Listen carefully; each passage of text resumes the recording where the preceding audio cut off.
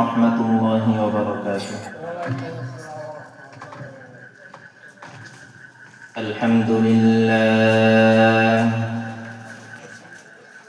الحمد لله الذي جعل الشمس والقمر بحسبان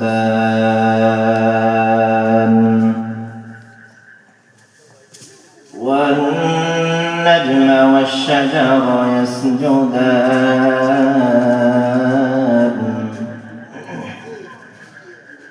وفضل زمانا على زمان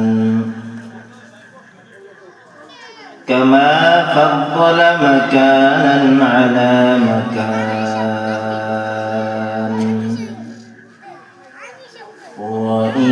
وإنسانا على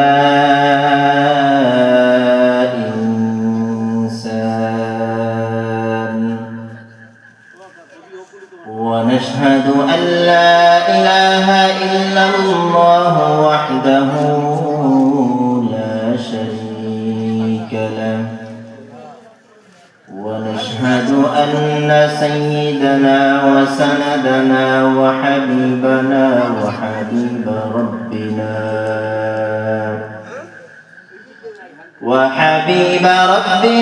وطبيبنا وطبيب قلوبنا ومولانا محمدا عبده ورسوله الذي أرسله الله تبارك وتعالى بالحق بشيرا ونذيرا وداعيا إلى الله بإذنه وسراجا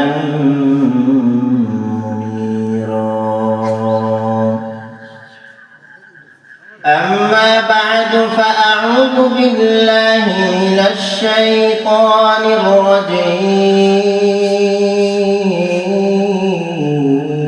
الرجيم بسم الله الرحمن الرحيم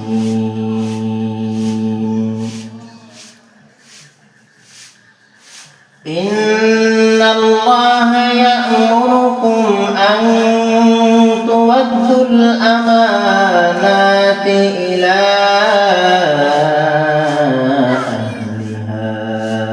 أهلها وقال رسول الله صلى الله عليه وسلم لا إيمان له إلا أمانته أو كما قال النبي عليه الصلاة والسلام سبحانك لا علم لنا إلا ما علمتنا إنك أنت العليم الحكيم رب اشرح لي صدري ويسر لي أمري واحلل عقدة من لساني يفقه قولي الحمد لمن قدر خيرا وخبالا الحمد لمن قدر خيرا وخبالا والشكر لمن صور حسنا وجمالا والشكر لمن صور حسنا وجمالا لا زد ولا ند ولا حد لمولى لا زد ولا ند ولا حد لمولى الآن كما كان ولم يلق زوالا الآن كما كان ولم يلق زوالا दुनिया में हो दुनिया का तलबगार नहीं हो बाजार से गुजर हो खरीदार नहीं हो बाजार से गुजर हो खरीदार नहीं हो तकबीर में कल नाम नमाज़ों में अज़ा में तकबीर में कलमा में नमाज़ों में अज़ा में ऐ नाम इलाही से मिला नाम मुहम्मद ऐ नाम इलाही से मिला नाम मुहम्मद मदीना जैते पारलम ना मदीना देखते पारलाम ना मदीना जाइते पारलाम ना मदीना देखते पारलाम ना मदीना नाम कत सुंदर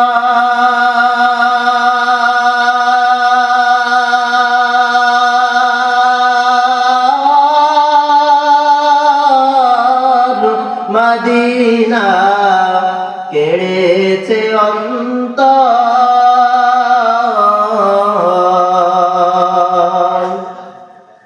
মদীনা নাম কত সুন্দর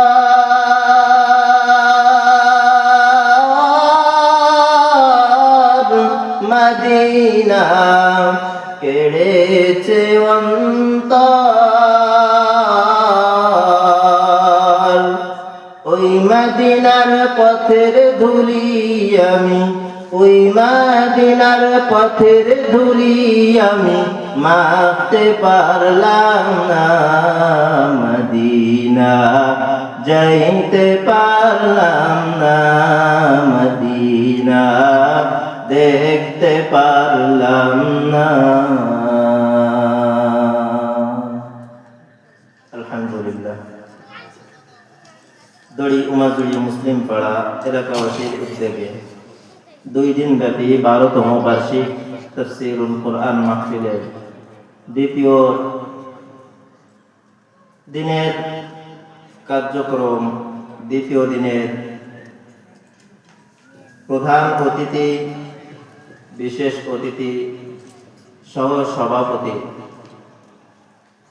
ও আমার সামনে বিভিন্ন এলাকা থেকে বিভিন্ন মহল্লা থেকে গ্রাম থেকে ছুটে আসা দিন প্রিয় ধর্ম প্রিয় মাহফিল প্রিয় কোরআন প্রিয় দাদা তুল্য নানা তুল্য বাবা তুল্য ভাই তুল্য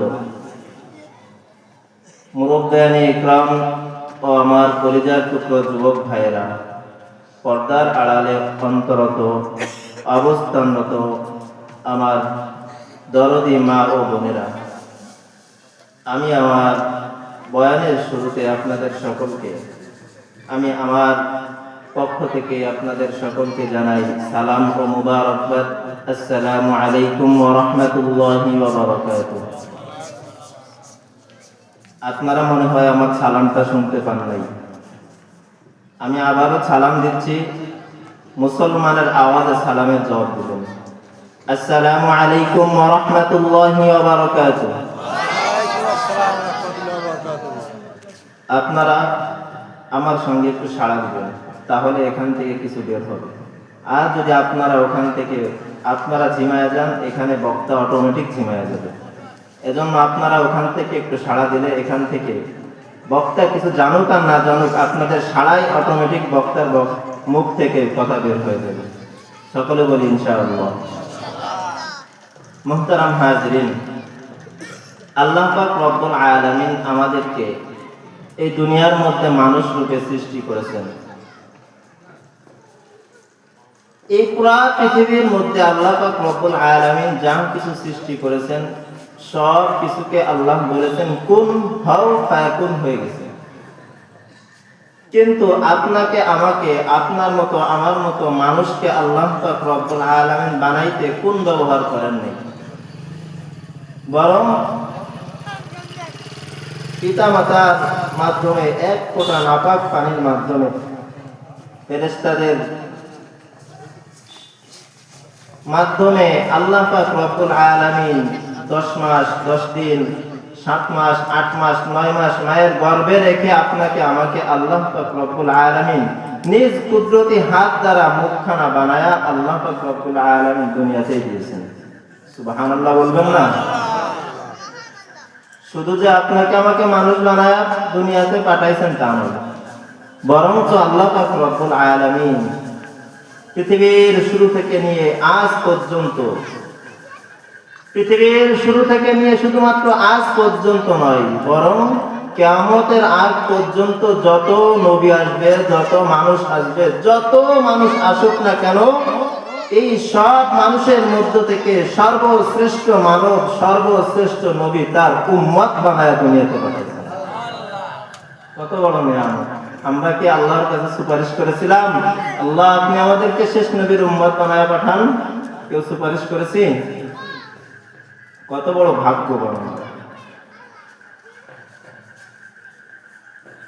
এজন্য আল্লাহ পাক রব্বুল আলামিন মানুষকে দুনিয়ার মধ্যে প্রেরণ করলেন, মানুষকে দুনিয়াতে পাঠাইলেন।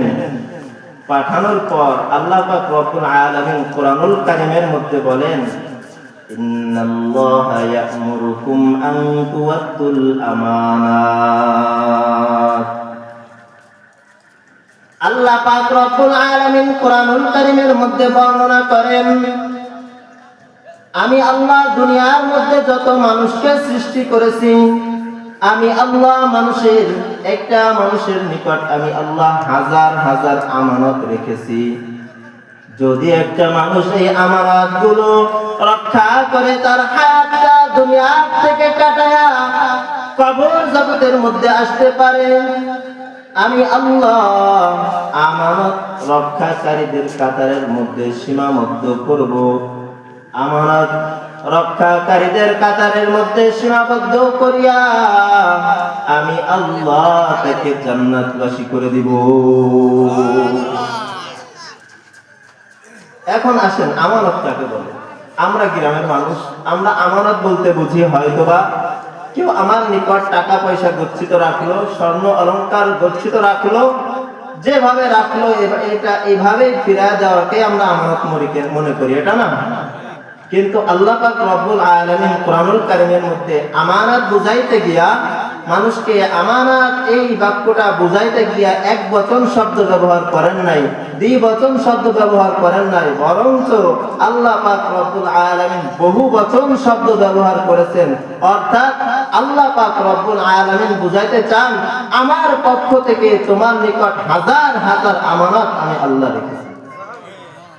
এগুলো একটা একটা করে পালন করতে পারলে তুমি কেবলমাত্র আমানতদারি হতে পারবে। ভূমিকা লম্বা চড়া করব না, ভূমিকা ছাড়াই লম্বা আলোচনা, সরাসরি আলোচনায় চলে যাব। এজন্য আল্লাহ পাক রব্বুল আলামিন আপনাকে আমাকে কি আমানত দিয়েছেন? শুধুমাত্র কি টাকা পয়সা আমানত দিয়েছেন? আল্লাহ পাক রব্বুল আলামিন আপনাকে আমাকে 3.5 হাত একটা বডি দান করেছেন। এই বডিটাও আল্লাহ পাক রব্বুল আলামিন কি হিসেবে দান করেছেন? আমানত হিসেবে দান করেছেন।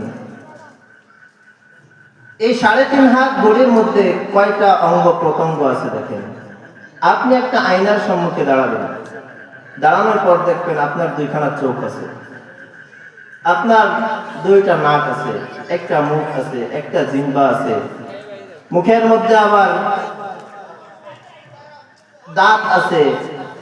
এমনকি আল্লাহ পাক রব্বুল আলামিন মুখের মধ্যে এমন এমন আকৃতি সৃষ্টি করেছেন যে পুরো পৃথিবীর মধ্যে একটা মানুষ আর একটা মানুষের সঙ্গে মিল খায় না। তো আল্লাহ পাক রব্বুল আলামিন আপনাকে আমাকে আমানত সৃষ্টি করেছেন। এর মধ্য থেকে কতগুলো আমানত সৃষ্টি করেছেন 2-1টা বলেই আমি আমার আলোচনা শেষ করব ইনশাআল্লাহ। তো মুহতারাম হাজিরিন, আল্লাহ পাক রব্বুল আলামিন আমাদেরকে আমানত হিসেবে দুইখানা চক্ষু দান করেছেন। চোখ দিয়ে শুরু করি। আল্লাহ পাক রব্বুল আলামিন আপনাকে আমাকে দুইখানা চোখ দান করেছেন কি হিসাবে? কথা বলতে হবে। আমানত হিসাবে আপনাকে আমাকে দুইখানা চোখ দান করেছেন। আল্লাহ পাক রব্বুল আলামিন কোরআনুল কারীমের মধ্যে বর্ণনা করেন,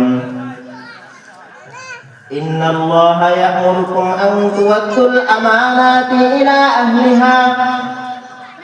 আল্লাহ পাক রব্বুল আলামিন কোরআনুল কারীমের মধ্যে মানুষকে জানায় দেন, ও দুনিয়ার মানুষেরা, আমি আল্লাহ পাক রব্বুল আলামিন তোমাদেরকে হাজার হাজার আমানত দান করেছি।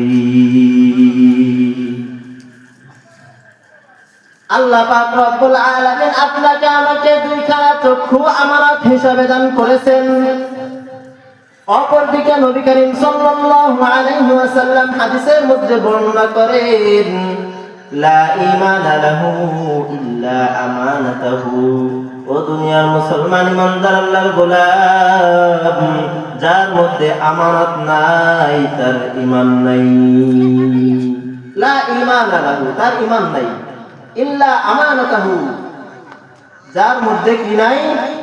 আমানত নাই, তার কি নাই? ঈমান নাই। এজন্য আল্লাহ পাক রব্বুল আলামিন আপনাকে আমাকে দুইখানা চক্ষু দান করেছেন আমানত স্বরূপ। এই দুইখানা চক্ষু কেমন ভাবে আমানত দান করেছেন? আল্লাহ পাক রব্বুল আলামিন আপনাকে আমাকে দুইখানা চক্ষু দান করেছেন কেবলমাত্র তার কালামে পাক, কেবলমাত্র তার কোরআনুল কারীম দেখে দেখে পড়ার জন্য। কিন্তু আপনি আমি কালামে পাক পাঠ করা তো দূরের কথা, কালামে পাক ধরেও কখনো আমি দেখি না। হাসরের ময়দানের মধ্যে আল্লাহ পাক রব্বুল আলামিন যখন বিচারের কাঠগড়া দাঁড় করাবেন, ওই কঠিন মুহূর্তে আল্লাহর দরবারে কিছু হাজী সাহেব আল্লাহর আদালতে হাজির হয়ে আল্লাহকে বলবে, আল্লাহ, দুনিয়ার মধ্যে আমি 10 বার হজ করেছি, 10 বার রাসূলের রওজা মুবারক জিয়ারত করেছি। ওগো আল্লাহ, তুমি যখন আমার হাতে আমলনামাটা দিয়েছো, নামাজের জায়গায় দেখি মোটামুটি সব লেখা আছে, রোজার জায়গায় দেখি মোটামুটি সব লেখা আছে। ওগো আল্লাহ, তোমার ফেরেশতাগণ আমার সঙ্গে 2 নাম্বারই করলো। আল্লাহ পাক রব্বুল আলামিন ওই বান্দাকে ডাক দিয়ে বলবে, এ বান্দা, আমার ফেরেশতাগণ তোমার সঙ্গে কেমন 2 নাম্বারই করলো? ওই বান্দা আল্লাহকে ডাক দিয়ে বলবে, আল্লাহ, দুনিয়াতে হজ করেছি 10 বার, খরচ করেছি 10 বার, হজ করতে গিয়ে 50 লক্ষ টাকা। আল্লাহ, হজ করলাম তো আমি তোমার জন্য, কিন্তু হজের জায়গায় কোনো সওয়াব লেখা নাই কেন? আল্লাহ পাক রব্বুল আলামিন ওই হাজী সাহেবকে ডাক দিয়ে বলবেন, ও হাজী, তুই হজ তো আমার জন্য করো নাই, হজ করছিস দুনিয়ার মধ্যে তোকে আলহাজ বলা হবে, হজ করছিস দুনিয়ার মধ্যে তোকে হাজী সাহেব বলা হবে, এজন্য তুই হজ করেছো। তুমি দুনিয়ার মধ্যে যখন চলাফেরা করো, তুমি হজ করে আসার পর তোমাকে হাজী সাহেব না বললে তুমি রাগান্বিত হও। দুনিয়ার মধ্যে তোমাকে হাজী সাহেব বলে মানুষগণ ডেকেছে, অতএব তুমি হজ আমার জন্য করো নাই, তোমার হজের বদলা তুমি দুনিয়াতে পেয়ে গেছো। আবার আল্লাহর আদালতে এমন কিছু হাজী সাহেব দাঁড়াবে, দুনিয়ার মধ্যে একবেলা খাবার খাওয়ার জন্য যা কিছু লাগে এমন উপার্জন তার ছিল না। আরে দুনিয়ার মধ্যে চলাফেরা করতে যা কিছু লাগে এমন উপার্জন করার যোগ্যতা তার ছিল না। কিন্তু আল্লাহর আদালতে এমন হাজী সাহেব দাঁড় করবেন, আল্লাহ পাক রব্বুল আলামিন ওই সকল হাজী সাহেবের হাতে যখন আমলনামাটা দিবে, দেখবে নামাজের জায়গায় সওয়াব আছে, রোজার জায়গায় সওয়াব আছে, কিন্তু হায়াতভর রাসূলের রওজা মুবারক কখনো জিয়ারত করতে যাই নাই। কিন্তু দুঃখের বিষয়, যখন আমলনামাটা খুলে দেখবে হজের জায়গায় হাজার হাজার কবুল হজের সওয়াব আল্লাহ পাক রব্বুল আলামিন লিখে দিয়েছেন। আল্লাহ পাক রব্বুল আলামিনের নিকট ওই বান্দা ডাক দিয়ে বলবে, আল্লাহ, দুনিয়ার মধ্যে আমার সম্পদ ছিল না, দুনিয়ার মধ্যে কিভাবে হজ করতে যাইতে হয় এটা রাস্তাও আমি জিন্দেগিতে চিনি নাই। ও আল্লাহ, তুমি আজ আমার সঙ্গে হাসি তামাশা করিও না। আল্লাহ, হাসরের ময়দানের মধ্যে আমার ছেলে সন্তান আছে, আমার বিবি বাচ্চা আছে, আমার আত্মীয় স্বজন আছে, আমার সমাজের লোক আছে। আল্লাহ, তুমি আমার সঙ্গে মজা করিও না। আল্লাহ, না জানি তুমি কার সব আমার আমলনামায় উঠায়া দিয়েছো। আল্লাহ পাক রব্বুল আলামিন ওই হাজী সাহেবকে ডাক দিয়ে বলবে, হাজী সাহেব, দুনিয়ার মধ্যে তোমাকে আমি সম্পদ দেই নাই, তাই কি তোমাকে সব থেকে মাহরুম করব নাকি? আরে ধনীকে যেমন ধন দিয়েছিলাম, সম্পদ দিয়েছিলাম, সম্পদের কারণে হজ করে এসেছে। ও হাজী সাহেব, তোমাকে তো দুনিয়ার হায়াতের মধ্যে আমি সম্পদ দেই নাই, ক্ষমতা দেই নাই, তাই বলে কি তোমাকে আমি সব থেকে মাহরুম করব নাকি? সব থেকে মাহরুম করব না, তোমাকে আমি আমার সব থেকে বিতাড়িত করব না। বিদায় তোমার ঘরে আমি তোমার বৃদ্ধ মাকে রেখেছিলাম, তোমার ঘরে আমি তোমার বৃদ্ধ বাবাকে রেখেছিলাম। ওরে সন্তান, ও হাজী সাহেব, তুমি তোমার হায়াতের মধ্যে যতক্ষণ তোমার হায়াতের মধ্যে উপার্জন করার জন্য বাহিরে বের হয়ে যাইতা, তোমার বৃদ্ধ মা, তোমার বৃদ্ধ বাবা তোমার অপেক্ষায় ঘরের মধ্যে গভীর রাত্র হয়ে গেল, অপেক্ষা করতো কখন আমার খোকা এসে মা বাবা বলে একটা ডাক দিবি। কিন্তু যখন মা বলে ডাক দিছো, তোমার মায়ের কলিজাটা ঠান্ডা হয়ে গেছে। ও হাজী সাহেব, জীবনের মধ্যে হায়াতের মধ্যে যখন মাকে মা বলে ডাক দিছো, শুধু মার কলিজা ঠান্ডা হয় না, যখন মাকে মা বলে ডাক দিছো, আমি মালিকের কলিজাও ঠান্ডা হয়ে গেছে। ও হাজী সাহেব, তোমাকে সম্পদ দেয় নাই বলে কি তোমাকে সব থেকে মাহরুম করব নাকি? এজন্য সব থেকে মাহরুম করব না, বিদায় তোমার ঘরে তোমার বৃদ্ধ বাবা মাকে রেখেছিলাম। যখন তুমি কর্মজীবন থেকে ফারেক হয়ে বিরত হয়ে যখন পিতা মাতার নিকট ফিরে এসে পিতা মাতার দিকে যখন মায়ার নজরে একটা পলক তাকাইছো, আমি মালিক তোমার চোখের দিকে তাকায় আছি, কখন আমার এই বান্দার চোখের সঙ্গে মায়ের চোখের সঙ্গে মিলে যায়। যখনই দুইজনের চোখের সঙ্গে চোখে মিলিত হয়ে গেছে, শুধু তোদের চোখে মিলিত হয় নাই, বরং এই চোখ আরশে আজিম পর্যন্ত মিলে গেছে। ও দুনিয়ার মানুষেরা, ও যুবক ভাইয়েরা, বৃদ্ধ বাবারা, পর্দার অন্তর মা ও বোনেরা, মা বোনেরা, স্বামীর সংসার করে, বাবা মা ছেড়ে এসে স্বামীর বাবা মার সংসার করে। ও মা বোনেরা, তোমাদের দুইখানা হাত পা ধরে বলে যাই, তোমার মা বাবা হয়তোবা তোমার কাছে থাকার সুযোগ হয় না, কিন্তু কখনো মনের ভুলেও তোমার স্বামীর পিতা মাতার সঙ্গে বিয়াদবি করিও না। তোমার মা বাবাকে যেমন ভাবে ভালোবাসো, তোমার কাছে থাকলে তোমার শাশুড়ি শ্বশুর যখন তোমার কাছে আসে, তাদের সঙ্গে খারাপ আচরণ করিও না। তাদেরকে যদি রাজি খুশি করতে পারো, হাসরের ময়দানে আল্লাহ পাক রব্বুল আলামিন তোমার আমলনামায় কবুল হজের সওয়াব লিখিয়া দিবেন। ও যুবক ভাইরা, বৃদ্ধ বাবারা, যার ঘরে বাবা মা আছে, বাবা মার সঙ্গে যারা বেয়াদবি করে ফেলেছো, আজ রাতে গিয়ে বাবা মার দুইটা পা ধরে বলবা, ও মা, ও বাবা, হায়াতভর তোমার সঙ্গে বেয়াদবি করেছি, আর যদি তুমি হায়াতের মধ্যে আমার সঙ্গে আমার উপর বেজার থাকো, আর এই অবস্থায় যদি আমি মরার উপকূলে চলে যাই, এই অবস্থায় যদি আজরাইল আমার নিকট চলে আসে, তুমি সারা জিন্দেগি নামাজ পড়তে পড়তে যদি কপালে ঘা বানায় ফেলো, আর মা বাবা যদি তোমার উপর বেজার থাকে, খোদার কসম করে বলি একবার, খোদার কসম করে বলি দুইবার, খোদার কসম করে বলি তিনবার, তুমি যদি তোমার পিতা মাতাকে তোমার উপর রাখিয়া, পিতা মাতা যদি তোমার আমার উপর বেজার থাকে, আর এই অবস্থায় যদি তুমি আমি খাঁটি ওলিও হয়ে যাই, আল্লাহ হাসরের ময়দানে জান্নাত দিবে না।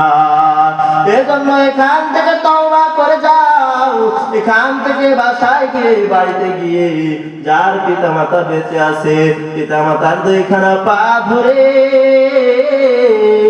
বৃদ্ধ মা বাবার কাছ থেকে মাপ চেয়ে নিব। সবাই রাজি আছে তো ইনশাআল্লাহ? তাহলে এক নম্বর আমানত ছিল কি? দুইখানা চোখ। চোখের আমানত আল্লাহ পাক রব্বুল আলামিন আপনাকে আমাকে রক্ষা করার জন্য বলেছেন। আল্লাহ পাক রব্বুল আলামিন বলেন, লা তুদরিকুহুল আবসার, আমি আমার বান্দাদেরকে চক্ষু দান করেছি, তারা আমার কালামে পাক দেখে দেখে পড়বে, তারা এই চক্ষু দ্বারা মানুষের উপকার করবে, ভালো ভালো জিনিস দেখে দেখে আমার ইবাদত বন্দেগী করবে। কিন্তু এই মানুষগুলো তো আমার ইবাদত বন্দেগী করে না। আমি তাকে যে চক্ষু দান করেছি, এই চক্ষু দ্বারা দেখে মগ্ন সিনেমা, সারা রাত্র মোবাইলটা ধরে নগ্ন সিনেমা দেখতে দেখতে রাত পার করে ফেলে। যখন ফজরের আযানটা হয়ে যায়, মোবাইল রেখে ঘুমায়া পড়ে, ওর ফজরের নামাজের কোনো খবর নাই। কথা বলেন ঠিক কিনা?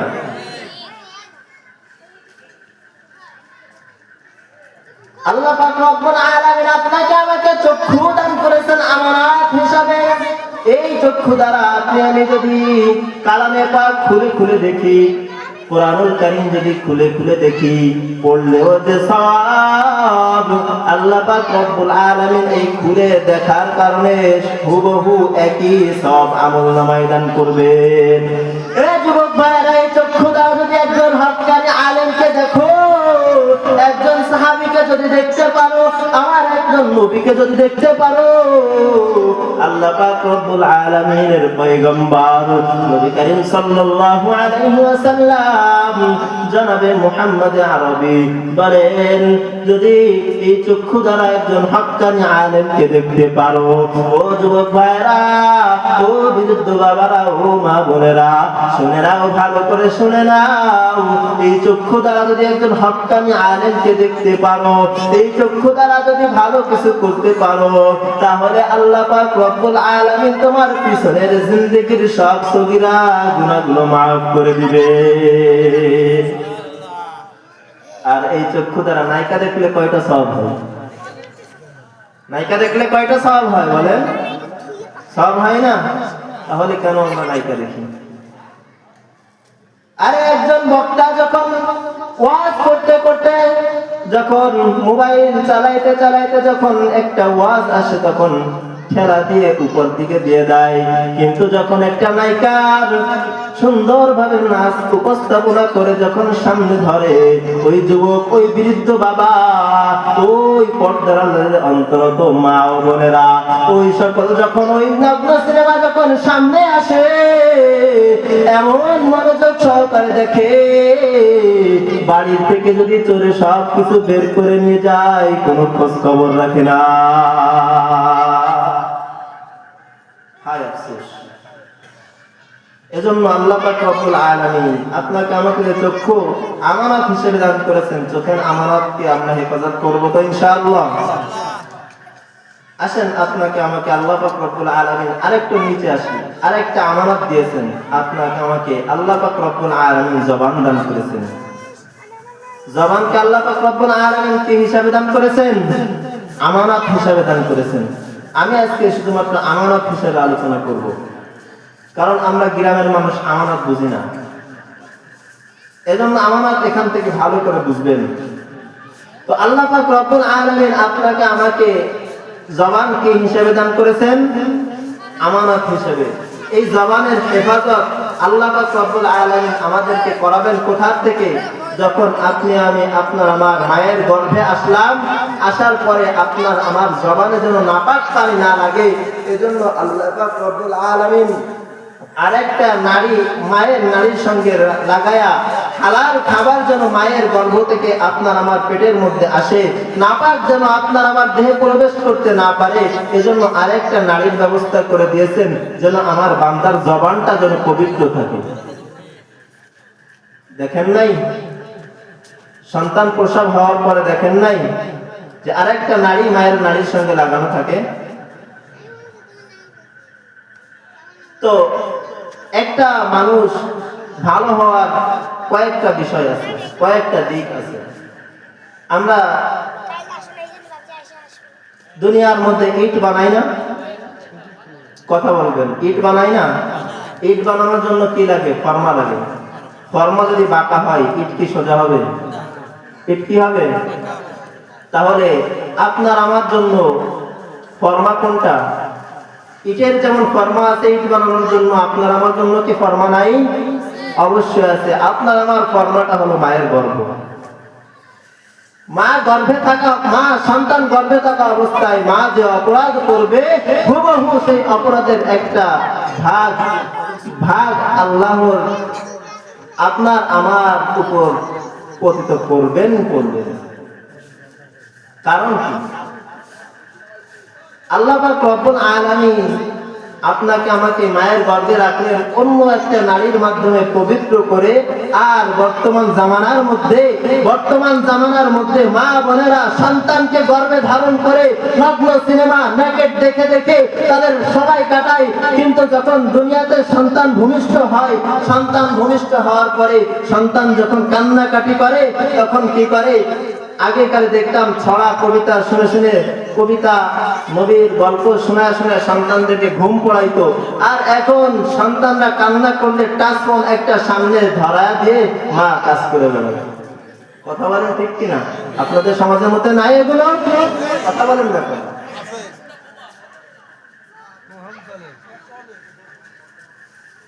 সন্তান গর্ভে ধারণ করে আপনি দেখবেন নগ্ন সিনেমা, ল্যাংটা ছবি দেখবেন, আর আপনার সন্তান কি কুতুবে আলম হয়ে আসবে সন্তান দুনিয়ার মধ্যে?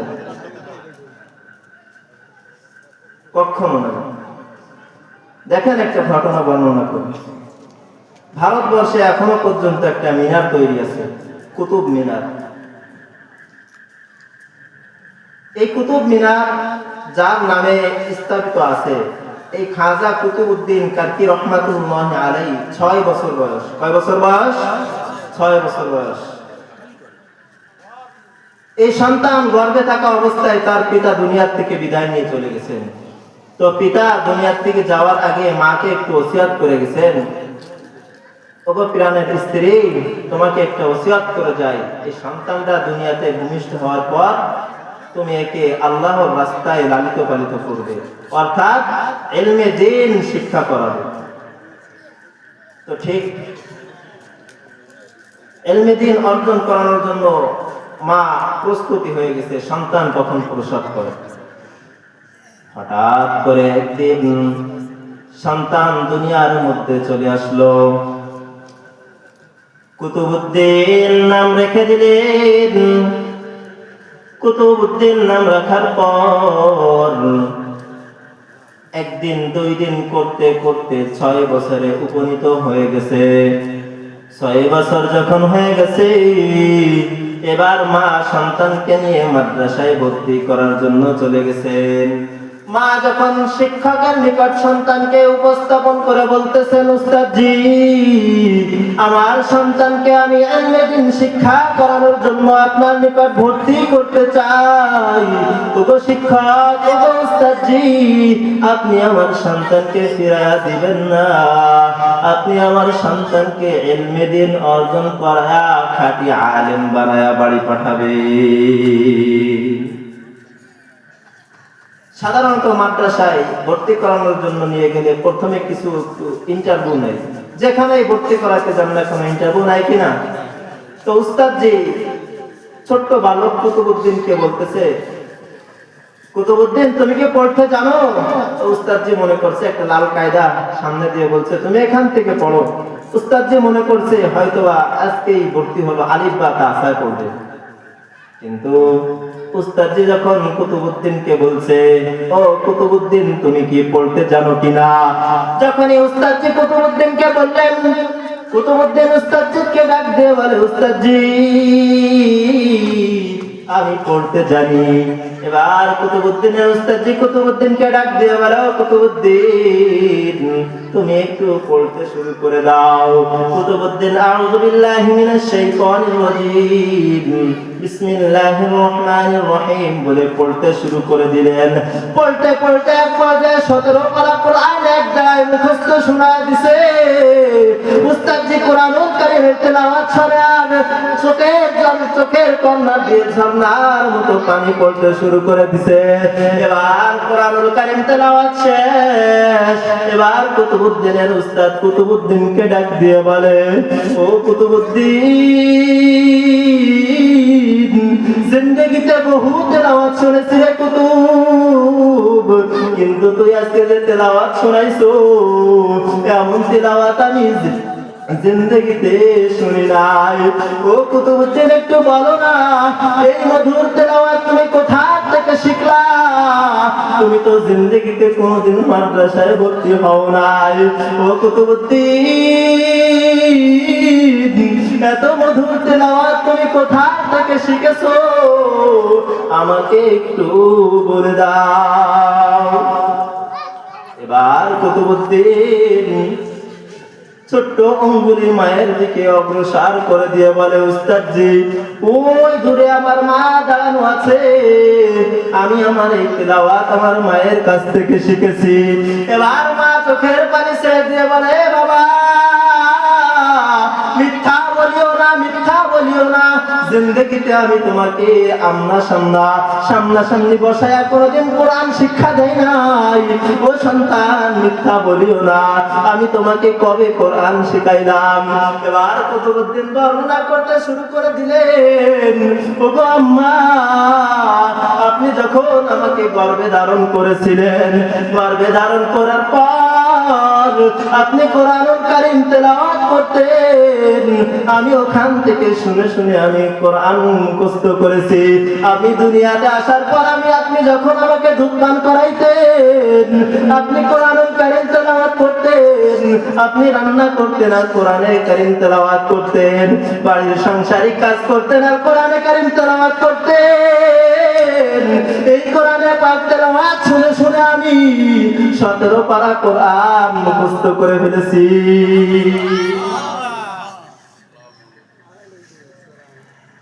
কোথা থেকে 17 পারা মুখস্থ করলো?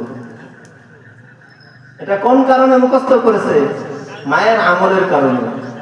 আর আপনি আমি সন্তান গর্ভে ধারণ করে ছবি দেখবো, টিকটক দেখবো, নগ্ন সিরিয়াল দেখবো, আপনার সন্তান পেট থেকে ওই সিরিয়াল নিয়েই জন্মগ্রহণ করবে। কথা বলেন ঠিক কিনা? তো খাজা কুতুবউদ্দিন গারকি রাহমাতুল্লাহি আলাইহি মাদ্রাসায় থেকে গেলেন। দেখেন সন্তানের আমানত আপনার আমার উপর কেমন ভাবে আল্লাহ পাক রব্বুল আলামিন দান করেছেন। সন্তানের আমানতটা আল্লাহ পাক রব্বুল আলামিন বড় আমানত হিসেবে দিয়েছেন। ও যুবক ভাইরা, ও বৃদ্ধ বাবারা, পর্দার আড়ালে অবস্থানরত মা ও বোনেরা ভালো করে শুনে নাও। যদি তুমি আমি এই আমানতটা রক্ষা করতে পারি, তাহলে সমাজের মধ্যে টেন্ডারবাজি থাকবে না, সমাজের মধ্যে চাঁদাবাজি থাকবে না, সমাজের মধ্যে খুন খারাপি থাকবে না। এই সমাজের মধ্যে ইসলাম কায়েম করতে তোমার আমার সন্তানই যথেষ্ট হয়ে যাবে। খাজা কুতুবউদ্দিন গারকি রাহমাতুল্লাহি আলাইহি মাদ্রাসার মধ্যে থেকে গেলেন। মাদ্রাসা ছুটি হয়ে গেছে, কুতুবউদ্দিন দৌড় দিয়ে বাড়িতে চলে গেছেন। বাড়িতে গিয়া বলতেছেন, ও মা, দেখো না তোমার ছোট কুতুবউদ্দিন মাদ্রাসা থেকে লেখাপড়া সেরে তোমার বাড়িতে এসেছে।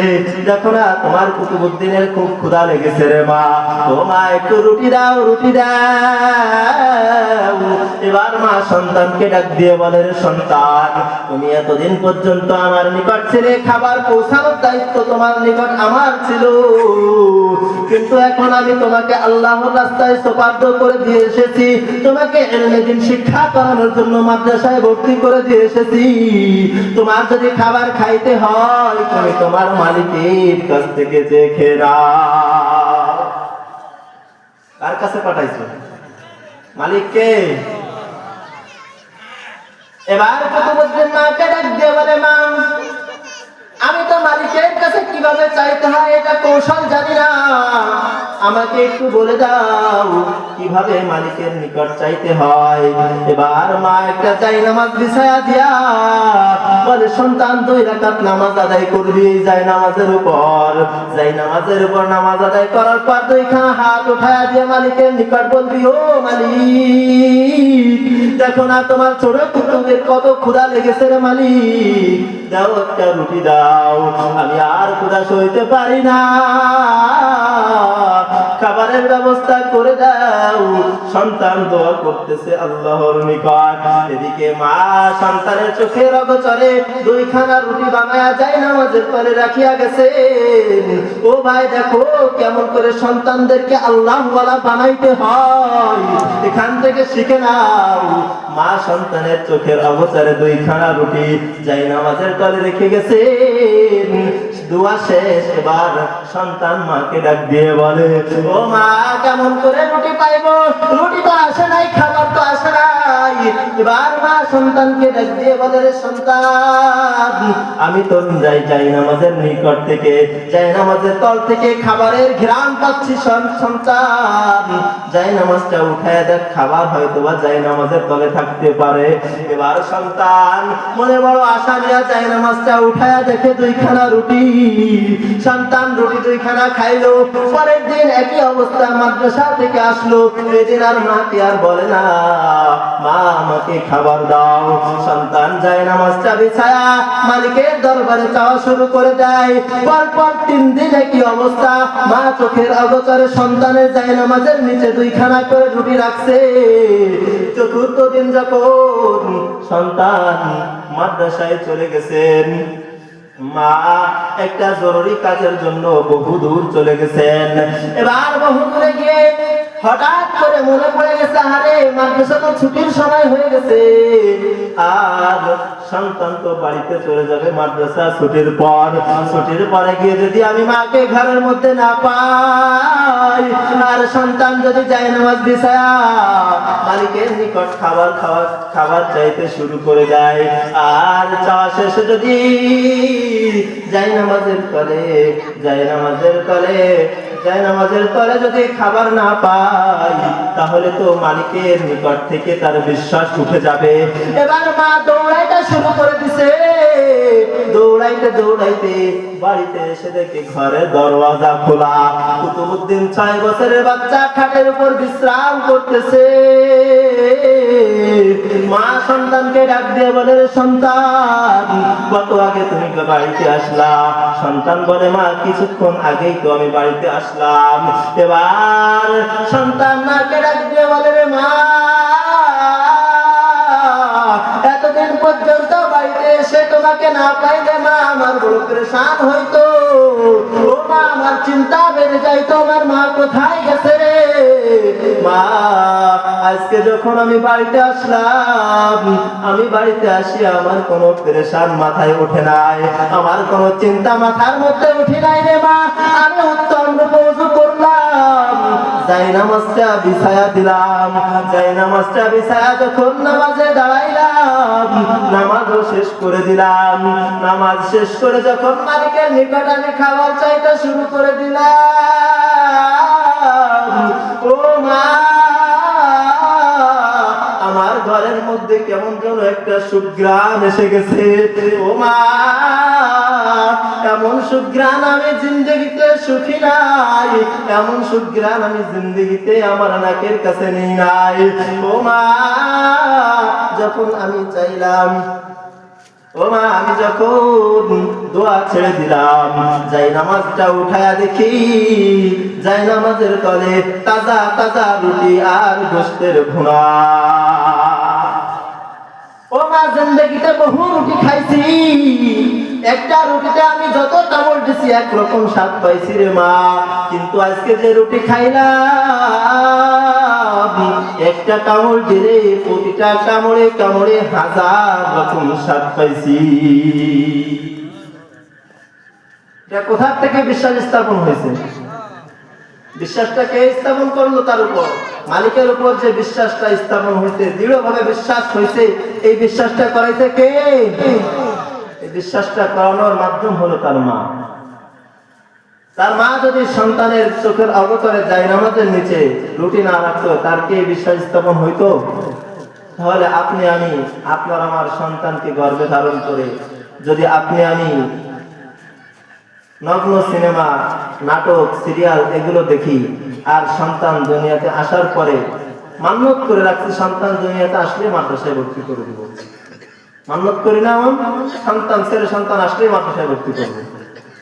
সন্তানদেরকে মাদ্রাসায় ভর্তি করে আপনি আমি জুয়ার আড্ডায় চলে যাই, সন্তানকে মাদ্রাসায় ভর্তি করে আপনি আমি নামাজ পড়ি না, সন্তানকে মাদ্রাসায় ভর্তি করে আপনি আমি নগ্ন সিনেমা দেখে বেড়াই, ফরজ তরফ করে বেড়াই, নামাজের কাছেও আসি না। তাহলে আপনার আমার সন্তান কি জিন্দগিতে আলেম হতে পারবে? হতে পারে, ব্যারেন্টের জোরে, যতটুকু হবে অতটুকু ব্যারেন্টের জোরেই হবে। আল্লাহ পাক রব্বুল আলামিন ওই আলেমকে দুনিয়ার মধ্যে কোনো খেদমতের ব্যবস্থা করবে না। কেন করবে না? কারণ এর মধ্যে আসর পড়েছে কার? পিতা মাতার আসর পড়েছে, পিতা মাতার একটা স্বভাব তার মধ্যে পড়েছে, যার কারণে সমাজের লোক তাকে পছন্দ করে না। আর সমাজের লোক যদি পছন্দ না করে তাহলে তাকে আর কেউ কি পছন্দ করে? কারণ সমাজের লোক পছন্দ করে না কেন? সন্তান আলেম, ঠিক আছে, পিতা মাতা নামাজ পড়ে না, পিতা মাতা কি করে না? নামাজ পড়ে না, দিন বিরোধী কথাবার্তা বলে বেড়ায়, আলেমদের দোষ ত্রুটি ধরে ধরে আরেকজনের নিকট বলে বেড়ায়, এজন্য সমাজের লোক তাকে পছন্দ করে না। সমাজের লোক যখন পছন্দ করে না, তাহলে কি অন্য মানুষেরা তাকে পছন্দ করবে? আলেমকে পছন্দ করবে? সমাজের লোক যদি ওই আলেমের পিতা মাতাকে পছন্দ না করে, তাহলে ওই পিতা মাতার সন্তান যদি আলেম হয় তাকে কি পছন্দ করবে? এজন্য এখান থেকে আপনি আমি একটা দৃঢ় প্রতিজ্ঞা করব, যাদের সন্তান ছোট আছে আমরা যেন সন্তানদেরকে সহি সালামতে দিনের উপর চালাইতে পারি। আর যাদের সন্তান গর্ভে আছে, বিশেষ করে বলবো মা বোনেরা, গর্ভের সন্তানকে রেখে আপনি আর বাজে ছবি, বাজে ভিডিও আর দেখিয়েন না। আপনি এগুলো দেখার কারণে আপনার সন্তানের উপর আসর পড়ে, আপনার সন্তানের উপর এগুলোর একটা ভাগ পড়ে। এজন্য আপনি কোরআনুল কারীম পড়তে না পারেন, আপনি সন্তান গর্ভে রেখে কোরআনটা খুলে আপনি কোরআনের উপর আঙ্গুল বুলান, কোরআনটা দেখে দেখে আপনার চোখের পানি ফেলেন, কোরআনটা বুকে জড়ায় ধরে আল্লাহকে বলেন, আল্লাহ আমি তো কোরআনুল কারীম পড়তে জানি না, তবে কোরআনের মধ্যে যা আছে, আমি যেহেতু পড়তে পারি না, তবে কোরআনের মধ্যে যা আছে এই সব কিছু আমার সন্তানের সিনার মধ্যে ঢুকায় দাও। দিতে পারে কিনা আল্লাহ? এজন্য আল্লাহ পাক রব্বুল আলামিন আমাদের সকলকে যেন যা কিছু বললাম এগুলোর পরে আমল করার তৌফিক দান করেন। আরো অনেক কিছু আমানত আছে, দুইটা আমানতের কথা বলেছি। আল্লাহ পাক রব্বুল আলামিন আপনাকে আমাকে আরেকটা আমানত দান করেছেন, সেটা হলো মুখের আমানতের কথা বললাম। আল্লাহ পাক রব্বুল আলামিন আপনাকে আমাকে আরেকটা আমানত দান করেছেন, ছেলে মেয়ের আমানতের কথাও বললাম। আল্লাহ পাক রব্বুল আলামিন যে মুখের আমানত আপনাকে আমাকে কিভাবে দান করেছেন দেখেন। আল্লাহ পাক রব্বুল আলামিন আপনাকে আমাকে একটা জবান দান করেছেন আমানত স্বরূপ। আল্লাহ পাক রব্বুল আলামিন কুরআনুল কারীম তেলাওয়াত করার জন্য আপনাকে আমাকে জবান দান করেছেন, হাদিসে কালাম পাঠ করার জন্য জবান দান করেছেন। ও যুবক ভাইরা, বৃদ্ধ বাবারা, এখন তো প্রতি গ্রামে গ্রামে হাজার হাজার হাফেজে কোরআন পাওয়া যায়, হাজার হাজার আলেম পাওয়া যায়, কিন্তু এখান থেকে 20 বছর আগে একটা আলেম পাওয়া যাইতো না। ওই সময় একজন কোরআনুল কারীমের তেলাওয়াত করনেওয়ালা আলেম পাওয়া যাইতো না। ওই সময় মোটামুটি মাসআলা মাসাইল বলতে পারে এমন কিছু মুন্সি মৌলবী ছিল কিনা? তো ওই সময়ের কথা, মুন্সি তমিজউদ্দিনের জামানার একটা কথা। মুন্সি তমিজউদ্দিন একজন সরকারি চাকরিজীবী ছিলেন। মুন্সি তমিজউদ্দিন সরকারি চাকরিজীবী। মুন্সি তমিজউদ্দিন চাকরির জন্য বাড়ি থেকে রওনা হয়ে গেছে। পথের মধ্যে গিয়ে দেখেন কিছু মানুষ এক জায়গায় জড়িত হয়ে আছে। মুন্সি তমিজউদ্দিন হাঁটতে হাঁটতে ওই মানুষের নিকট গিয়ে বলে, কিরে তোমরা এখানে কেন দাঁড়ায় আছো? এবার মানুষগণ মুন্সি তমিজউদ্দিনকে বলে, আমাদের এখানে 3 দিন আগে একটা যুবক মারা গেছে, এই যুবকের লাশটা কিভাবে দাফন করব, জানাজা শেষ করে কিভাবে একে দাফন করব, এই একটা লোক আমরা পাচ্ছি না। এবার মুন্সি তমিজউদ্দিন ডাক দিয়ে বলে, এই সন্তানেরা, আমি হুসাইন আহমদ মাদানির সঙ্গে কিছুদিন যাবত থাকার কারণে আমি জানাজার নামাজ পড়ানো শিখেছি। তোমরা যদি আমাকে অনুমতি দাও, তোমাদের এই মাইয়াতের জানাজার নামাজটা আমি পড়াইব। এবার লোকেরা বলে, হ্যাঁ, আপনি আমাদের জানাজার নামাজটা পড়ায়া আমাদের লাশটাকে দাফন করে দিয়ে যান। এবার মুন্সি তমিজউদ্দিন জানাজার নামাজে দাঁড়ায় গেছেন। জানাজার নামাজ শেষ, দাফন কাফন শেষ। এবার মুন্সি তমিজউদ্দিন চাকরির জন্য অফিসে রওনা হয়ে চলে গেছেন। অফিসের সামনে গিয়ে দেখে অফিসে ঢোকার জন্য মূল্যবান একটি কার্ড আছে। এই কার্ডটা জানাজার আগে ছিল, কিন্তু এখন আর নাই। এবার মুন্সি তমিজউদ্দিন দৌড় দিয়ে বাড়িতে চলে গেছে। বাড়িতে গিয়ে তল্লাশি করে দেখে বাড়িতে নাই। এবার জানাজার ময়দানে গেছে, জানাজার ময়দানে গিয়ে দেখে নাই। এবার ওই মাইয়াতের সন্তানের নিকট চলে গেছে। এবার বলতেছে, ও সন্তানেরা, তোমাদের বাবার কবরে হয়তোবা আমার মূল্যবান কাঠটি পড়ে গেছে, যদি তোমরা অনুমতি দাও কবরটা আবার খনন করে মূল্যবান কাগজটি আমি উঠাইব। এবার সন্তানেরা বলে, আপনি হলেন আমাদের বিপদের দিনের সাথী, আপনার একটা মূল্যবান কার্ড পড়ে গেছে, আপনি আমাদেরকে উপকার করেছেন, আমরা আপনাকে অনুমতি দিব না, এটা কি হতে পারে নাকি? যাও যাও, কবরটা খনন করে তুমি তোমার মূল্যবান কার্ডটি উঠায়া নাও। এবার মুন্সি তমিজউদ্দিন একটা কুদাল লইয়া কবরটা খনন করা শুরু করে দিছে। কবরটা খনন করতে করতে এক পর্যায়ে একটা চালি যখন উঠাইছে, মুন্সি তমিজউদ্দিন লাফ দিয়া কবর থেকে দূরে সরে দাঁড়াইছে। লাফ দিয়া দূরে সরে দাঁড়ায়া লোকদেরকে বলতেছে, লোক সকল, কবর আর খনন করতে হবে না, কবরটাকে তোমরা আবার আগের মতো করে দাও। চলো চলো, এই লোকের বাড়িতে চলো, এই লোকের সন্তান, এই লোকের বিবি বাচ্চা বাচ্চা আছে কিনা আমাকে একটু তাদের নিকট নিয়ে চলো। এবার মুন্সি তমিজউদ্দিন তার বাড়িতে গিয়া সন্তানদেরকে বলে, ও সন্তানেরা, তোমাদের নিকট আমার একটা জিজ্ঞাসা, তোমার বাবা কি হায়াতের মধ্যে কি এমন ভালো আমল করেছে, আমার একটু জানতে মন চায়। এবার মুন্সি তমিজউদ্দিন বলে, মুন্সি তমিজউদ্দিনের প্রশ্নের উত্তরে বলে, আমার বাবা তো হায়াতের মধ্যে কোনো ভালো আমল করে নাই, আমাদের জানা মতে আমার বাবা কোনো ভালো আমল করে নাই। এবার সন্তানেরা বলে, ও তমিজউদ্দিন, আপনি যান একটু আমার আম্মার কাছে জিজ্ঞাসা করে আসেন, দেখেননি আমার আম্মা একবার ভালো কোনো আমলের কথা জানে কিনা। এবার মুন্সি তমিজউদ্দিন ঘরের মধ্যে চলে গেলেন। ঘরের মধ্যে গিয়া এবার বৃদ্ধ মাকে ডাক দিয়ে বলে, বৃদ্ধ স্ত্রীকে ডাক দিয়ে বলে, ওগো স্ত্রী, ওগো মাইয়াতের স্ত্রী, তোমার নিকট একটা জিজ্ঞাসা, আমার প্রশ্নের উত্তরটা তুমি সঠিকভাবে দিতে পারবে নি। এবার মাইয়াতের স্ত্রী বলে, ও তমিজউদ্দিন বলো তোমার প্রশ্ন কি? এবার তমিজউদ্দিন বলে, ও মা, তোমার স্বামী হায়াতের মধ্যে এমন কি ভালো আমল করেছে যার কারণে আমি 5 মিনিট আগে মাটির বিছানায় তোমার স্বামীকে শুয়ায় রেখে এসেছি। 5 মিনিট পরে আমার মূল্যবান কাগজটা উঠাইতে গিয়া তোমার স্বামীর কবরটা খনন করে দেখি মাটির বিছানা থেকে জান্নাতের বিছানার মধ্যে গড়াগড়ি করতেছে। ও মা, কে বলো না তোমার স্বামী হায়াতের মধ্যে এমন কি আমল করেছে? এবার মাইয়াতের স্ত্রী ডাক দিয়ে বলে, ওগো তমিজউদ্দিন, আমার স্বামী হায়াতের মধ্যে ভালো কোনো আমল করে যায় নাই। এবার তমিজউদ্দিন ডাক দিয়ে বলে, রে মা, ভালো করে চিন্তা করে দেখো, তোমার স্বামী হায়াতের মধ্যে ভালো আমল করেছে, না হলে জান্নাতের মধ্যে কিভাবে গড়াগড়ি করলো?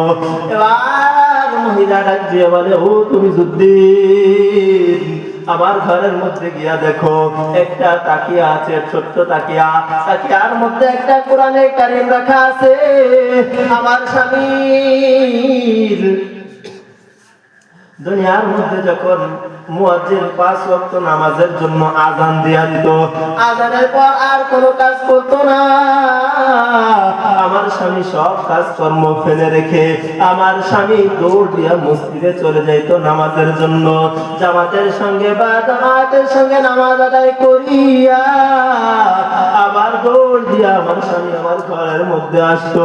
ঘরের মধ্যে আসিয়া কোরআনুল কারীমটা খুলিয়া পড়ে, কোরআনুল কারীমটা খুলে, আমার স্বামী তো কোরআনুল কারীম পড়তে জানতো না। আমার স্বামী কোরআনুল কারীম খুলে খুলে চোখের পানি ফেলতো আর বলতো, আল্লাহ নে জো কাহা সচ কাহা, আল্লাহ নে জো কাহা সচ কাহা। আল্লাহ, তুমি এই কালামে পাকের মধ্যে যা বলেছো সব সত্য, তোমার কথা সব সত্য, এটা মিথ্যা হতে পারে না। আল্লাহ, আমি অধম, তোমার কালামে পাক পড়তে জানি না। আল্লাহ, পড়লে যে সব হয়, আল্লাহ হুবহু এই সব আমার আমলনামায় লিখে দাও। এবার বলছি তমিজউদ্দিন বলে, ও মা, আর বলতে হবে না, যার কারণে আমি 5 মিনিট আগে তোমার স্বামীকে মাটির বিছানার মধ্যে শুয়ায় রেখে এসেছি। তোমার এই আমলের কারণে তোমার স্বামী এখন জান্নাতের মধ্যে গড়াগড়ি করতেছে। এজন্য আমরা যারা কোরআনে কারীম তেলাওয়াত করতে না পারি, এখন তো 5 ওয়াক্ত নামাজের পরে যদি সুযোগ না হয়, ফজরের নামাজের পরে একবার আর ঘুমানোর আগে একবার খুলে একটু দেখে দেখে আল্লাহর নিকট চোখের 2 ফোঁটা পানি ফেলে ফেলে আল্লাহর নিকট যদি আপনি আমি কাঁদতে পারি, তাহলে আপনার আমার মরণের পরে আপনার আমার কবরটা জান্নাতের বাগান বানায় দিবেন কে? জোরে বলেন কে? তো মুখের হেফাজত, মুখের আমানত আল্লাহ পাক রব্বুল আলামিন আপনাকে আমাকে কেমন ভাবে দান করেছেন। এই মুখ দ্বারা যদি আপনি আমি একবার সুবহানাল্লাহ বলি, তাহলে এই সুবহানাল্লাহর বদলাতে আল্লাহ পাক রব্বুল আলামিন আপনাকে আমাকে এই 10 দুনিয়ার মতো 10 দুনিয়া এক করলে যতটুকু হবে, এই 10 দুনিয়ার সমান একটা জান্নাত আপনাকে আমাকে দান করবে। এটা কি আমার কথা বললাম? এটা আল্লাহর কথা বললাম। এই মুখ দ্বারা আপনি আমি কোরআনে পাকের একটা হরফ যদি পড়তে পারি, 10টা সওয়াব আল্লাহ পাক রব্বুল আলামিন আপনার আমার আমলনামায় লিখে দিবেন। আর যদি এই জবান দ্বারা যদি আপনি আমি খাস দিলে তওবা করতে পারি, তাহলে আল্লাহ পাক রব্বুল আলামিন আপনার আমার জিন্দেগীর সব গুনাহ মাফ করে দিবেন। হযরত আদম আলাইহিস সালাতু ওয়াস সালামকে আল্লাহ পাক রব্বুল আলামিন সৃষ্টি করে কোথায় রেখেছিলেন? জান্নাতের মধ্যে রেখেছিলেন। জান্নাতের মধ্যে দেখে বলেছিলেন, ওই ফল গাছের নিকট যাবা না। ওই ফল গাছের নিকট গেলে যদি ভুল ক্রমে তুমি এই ফল খেয়ে ফেলো তাহলে তোমাকে আমি জান্নাত থেকে বের করে দিব। তো আদম আলাইহিস সালাম ধোঁকায় পড়ে ওই ফলের নিকট গিয়ে ফল ভক্ষণ করেছিলেন। ফল ভক্ষণ করার পর 350 বছর পর্যন্ত তওবা করেছে, কান্নাকাটি করেছে, কিন্তু আল্লাহ পাক রব্বুল আলামিন তার তওবা কবুল করেন নাই। 350 বছর পর আল্লাহ পাক রব্বুল আলামিনের নিকট যখন আদম পয়গম্বর আল্লাহকে ডাক দিয়ে বলে, আল্লাহ 350 বছর কান্নাকাটি করলাম কিন্তু আমার গুনাহকে তুমি মাফ করলা না, আমার এই ভুলকে তুমি মাফ করলা না। আল্লাহ তোমাকে তোমার নিকট আমি শেষবারের মতো একটা তওবা করতে চাই। ওগো আল্লাহ, আমি আরশে আজিমে দেখেছি তোমার নামের পাশে আরেকটা নাম লেখা, তোমার নামের পাশে যার নামটা লেখা এই নামটা তো আর এমনি এমনি লেখো নাই। ওগো আল্লাহ, তোমার নামের পাশে দেখেছি মুহাম্মদ নামটা লেখা। ওগো আল্লাহ, যদি হয় মুহাম্মাদের নামে ওসিলা করিয়া আমার এই ভুল থেকে ক্ষমা করে আমাকে আবার জান্নাতের মধ্যে দিয়ে দাও। কার নামে ওসিলা করে? আপনার আমার পয়গম্বর, আপনার আমার নবী মুহাম্মদ আরবি সাল্লাল্লাহু আলাইহি ওয়াসাল্লামের নামের ওসিলা করে আদম আলাইহিস সালাতু ওয়াসসালামের সেই ভুল থেকে আবার তাকে maaf করা হলো। এবার আদম আলাইহিস সালাতু ওয়াসসালাম তার সন্তান শীষকে ওসিয়ত করতেছেন, এ বেটা শীষ, তোমাকে আমি একটা নসিহত করে যাই, হায়াতের মধ্যে যদি কোনো গুনাহ হয়ে যায়, হায়াতের মধ্যে যদি কোনো ভুল করে ফেলো তুমি সঙ্গে সঙ্গে তওবা করে নিবে। তবে তওবার মধ্যে যদি একটা শব্দ ঢুকাইতে পারো, তোমার শব্দ ঢুকাইতে দেরি হবে, আমার মাওলার ওই গুনাহ মাফ করতে 1 সেকেন্ডও দেরি হবে না। এবার পয়গম্বর আদমের সন্তান শীষ আলাইহিস সালাতু ওয়াস সালাম ডাক দিয়ে বলে, পিতা বলেন না কোন শব্দ? এবার পয়গম্বর আদম সন্তান শীষকে বলে, ও সন্তান, এটা আমার হাতে পরীক্ষিত আমল। আমি যখন আল্লাহর কথাকে অবাধ্য করেছিলাম, আল্লাহ বলেছিল ফল খাবি না, আমি ফল খাইছিলাম, খাওয়ার সঙ্গে সঙ্গে তোর মা হাওয়া আর আমাকে আলাদা করে দিয়েছিল। 350 বছর পরে যখন আমি এই নামটা দোয়ার মধ্যে ঢুকাইলাম, দোয়ার মধ্যে শব্দটা ঢুকাইতে দেরি, কিন্তু তোর মাকে আমার সামনে হাজির করতে দেরি হয় নাই। এবার সন্তান শীষ ডাক দিয়ে বলে, রে পিতা বলেন না কোন শব্দটা? এবার আদম আলাইহিস সালাতু ওয়াস সালাম সন্তানকে ডাকতে বলে, রে বেটা শুনো, সেই শব্দটা হলো মুহাম্মদ। তুমি যদি কোনো ভুল করে ফেলো,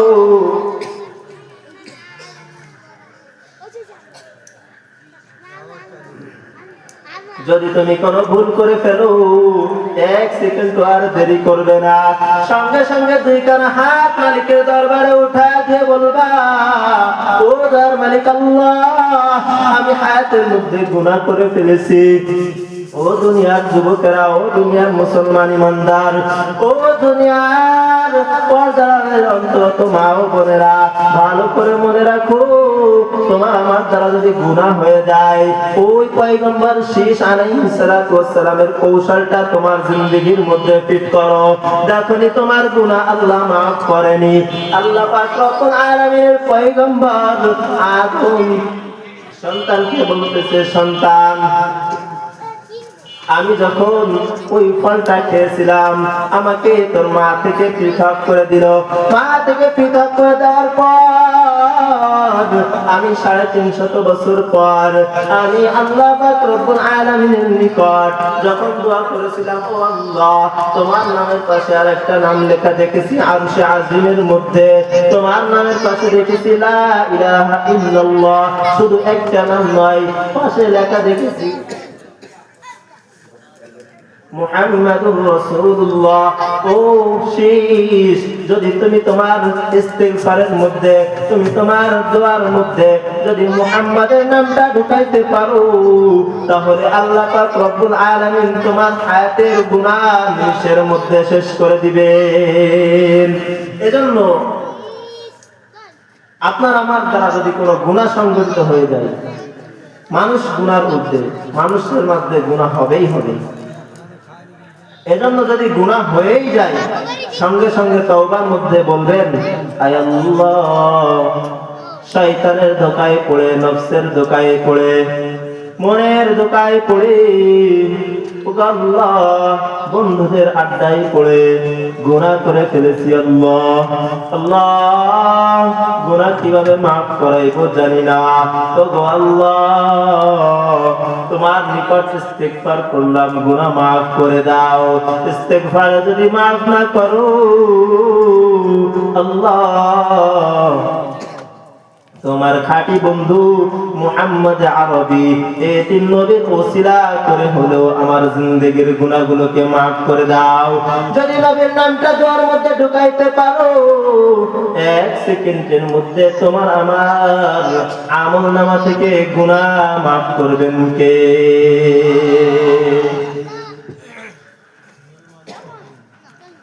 এজন্য আল্লাহ পাক রব্বুল আলামিন আপনাকে আমাকে 3.5 হাত গড়ির মধ্যে হাজার হাজার আমানত ফিট করে দিয়েছেন। আপনি আমি যদি একটা একটা করে আমানত রক্ষা করে দুনিয়ার থেকে যাইতে পারি, তাহলে আল্লাহ পাক রব্বুল আলামিন আপনাকে আমাকে আমানতদার হিসেবে হাশরের ময়দানের মধ্যে উঠাইবেন। আর যদি আমানত রক্ষা করে না যাও, এই যা কিছু আমানত তোমাকে দান করেছেন, এই সব কিছু হাশরের ময়দানের মধ্যে তোমার বিপক্ষে সাক্ষ্য দিয়া তোমাকে জান্নাত থেকে মাহরুম করিয়া জাহান্নামের মধ্যে পাঠায়া দিবেন। এজন্য গুনাহ হয়ে গেলে আপনি আমি তওবা করার জন্য রাজি আছি না? ইনশাআল্লাহ। মেহমান চলে এসেছেন, সময় সংক্ষেপ।